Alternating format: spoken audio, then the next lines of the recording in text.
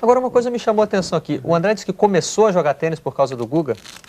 Eu comecei mesmo a jogar, tipo, ter o sonho de ser tenista mesmo depois da vitória do Guga em 97, Roland Garros. É curioso isso, porque você já tem 18 anos, né? Então, quer dizer, já existe uma geração Guga, né? Quer dizer, a gente não está falando só de garotos de 12 anos de idade que estão jogando tênis hoje por causa do Guga. A gente já está falando de um rapaz de 18 anos, né? Quer dizer, já está começando a carreira. Olha, uma coisa legal que o Ricardo está aqui. Quando, em 97, quando o Guga ganhou o Roland Garros, a gente estava com ele até as oitavas de final, quando ele ganhou do Munster nas oitavas. A gente viu o jogo e eu fui jogar um campeonato na República Tcheca, lá em Prostejov.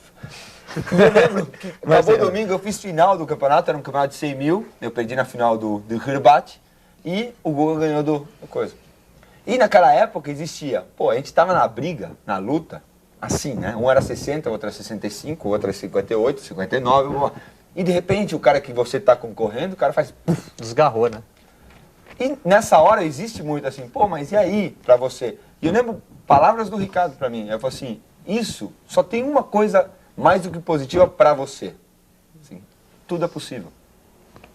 É possível. Se um cara sai do Brasil, de Florianópolis, treinando, ele, o treinador dele, e a família dele, de classe média baixa, não é a família aqui não é uma família rica. Então, consegue chegar, ele está dando um exemplo para você, para o André, para o Ricardo, para todo mundo, que é possível. Legal, agora eu queria, para a gente encerrar esse bloco, só queria entender o seguinte, vocês ajudassem a gente a entender o seguinte, muito se fala do fenômeno Guga, né, da explosão que o tênis teve por causa do Guga.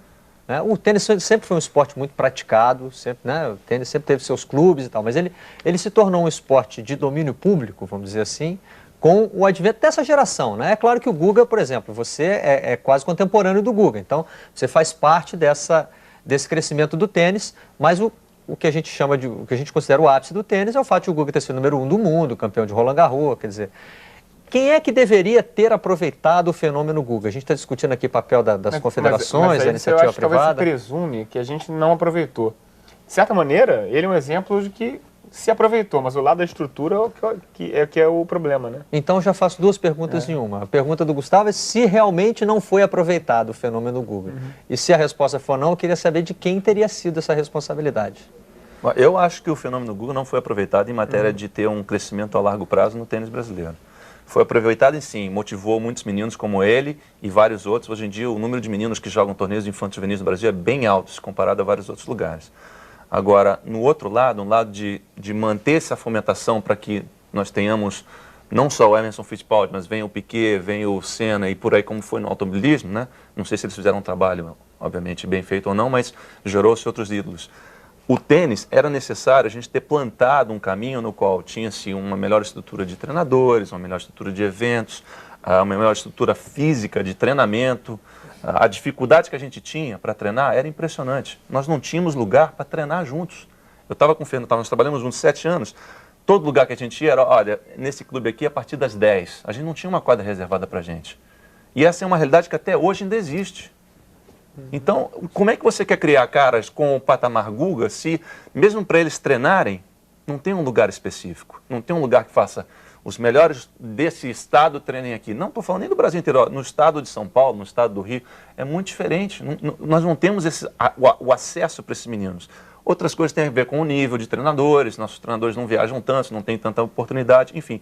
É uma gama de coisas que faz com que esse efeito Guga não tenha sido tão bem aproveitado.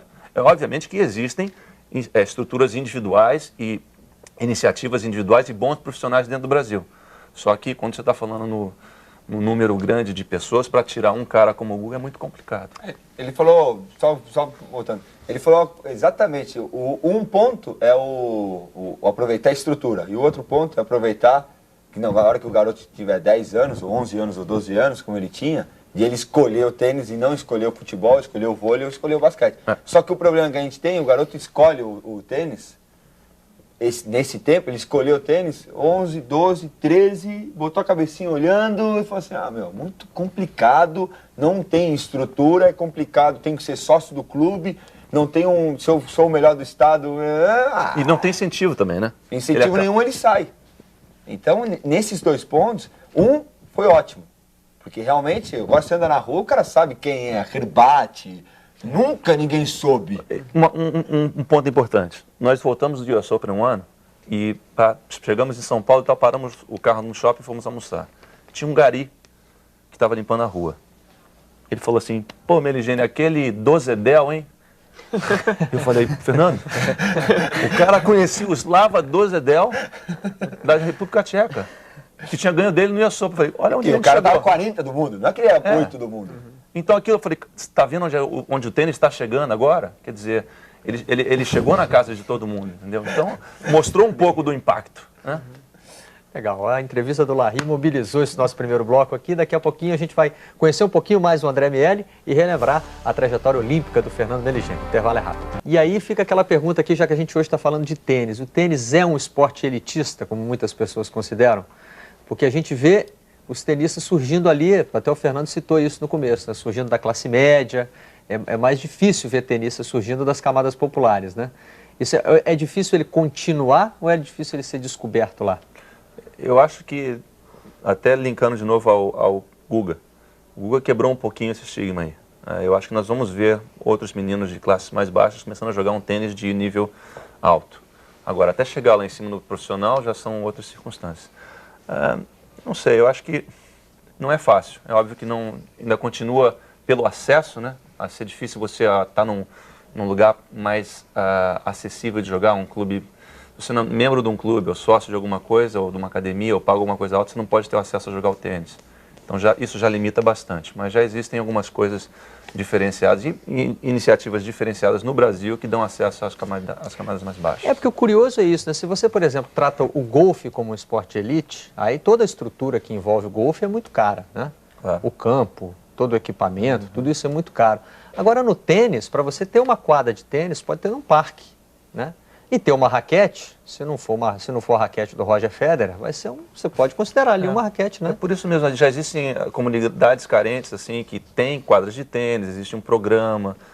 Então isso aí esse estigma já saiu do tênis, quer dizer, ele está em favelas, ele tem projetos para pessoas que não têm uma renda alta para poder estar num clube, enfim, esse gelo já saiu. Será que a imagem do tênis não é um pouco de a imagem, esporte elite? exatamente. A imagem exatamente ainda continua. E seria muito legal, né? Do jeito que a gente estava falando antes, quando a gente falou de um pouco de atitude, seria até um pouco legal se começasse a aparecer alguns jogadores dessa camada, porque com certeza esses garotos olham o tênis ou olham a oportunidade de uma maneira diferente. Sem dúvida. Então, tem um garoto aqui no Rio de Janeiro que é da Rocinha, que joga juvenil, jogou alguns campeonatos juvenil no ano passado. Você olha esse garoto jogar, joga bem, vai ser um fenômeno? Ninguém sabe. Mas do jeito que ele olha, cada bola que ele bate, o brilho no olhar dele e a oportunidade que ele tem de estar jogando lá, por vir de um lugar mais carente, ele poder jogar bem tênis e ter um cara que está ajudando ele porque gostou dele, não sei o quê, porque ele